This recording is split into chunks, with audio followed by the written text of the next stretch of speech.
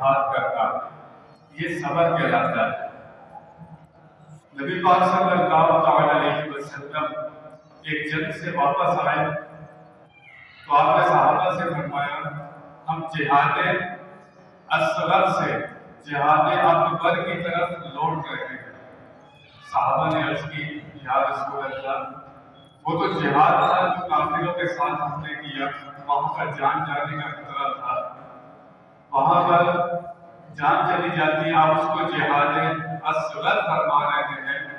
فرمایا ہاں وہ چھوٹا جہاد تھا۔ صحابہ نے عرض کی یا رسول اللہ بڑا جہاد کون سا ہے؟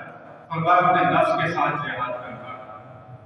صبح سے لے کر شام تک کتنی غلط خواہشات پیدا ہوتی ہیں، اپنے آپ کو گناہوں سے روکنا، وہ جہاد اصغر میں ایک مرتبہ لڑائی ہوتی ہے یا تو جان چلی جاتی ہے یا بچ جاتا ہے، اور جب اپنے ساتھ یہ جو جہاد نفس کے ساتھ یہ 24 گھنٹے جاری رہتا ہے، اور جب انسان بالغ ہوتا ہے جب سے لے کر جب تک یہ قبر میں نہیں چلے جاتا، یہ جہاد جاری رہتا ہے، اپنے نفس کے ساتھ جہاد کرنا۔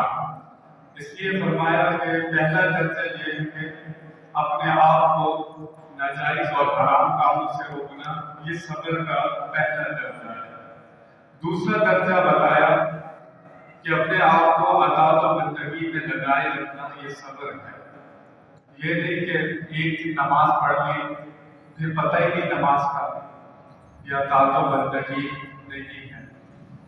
سردیوں کے دن ہے، فجر کی نماز، وضو کرنا، مسجد میں آنا، اپنے آپ کو عبادات پر لگائے رکھنا، یہ صبر ہے۔ اور صبر کا انعام کتنا ہے یہ بیان نہیں کیا گیا کہ صبر کا درجہ کتنا ہے، انعام کتنا ملے گا، بے حساب اس کا انعام بتایا گیا۔ غم ہو یا خوشی ہو، اپنے آپ کو اطاعت و بندگی پر لگائے رکھنا۔ تیسرا درجہ مشکلات اور مسائل پر، جب تکلیفیں آئیں، جب مصیبتیں آئیں تو فوراً صبر کرنا۔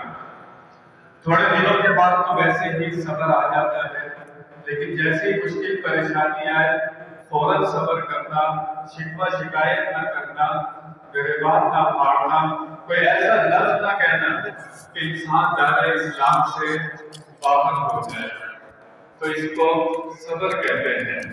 مشکلات پر، آفات پر